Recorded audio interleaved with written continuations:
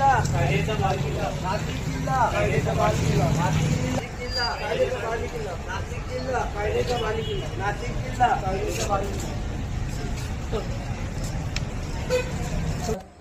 इम्रान मुनव्वर पठाण आणि त्याचा एक साथीदार यांना आम्ही प्रथम ताब्यात घेतलं होतं। त्यांच्याकडून 2 पिस्टल 2 जिवंत काडतुसे हस्तगत केली होती।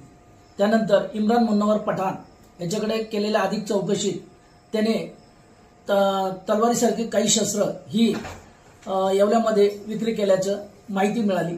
त्यावरून समीर अन्सार शेख, आमिर निसार शेख आणि साहिल मोइनुद्दीन खान या मिल्लतनगरमध्ये राहणाऱ्या 3 इसमांना अटक केली।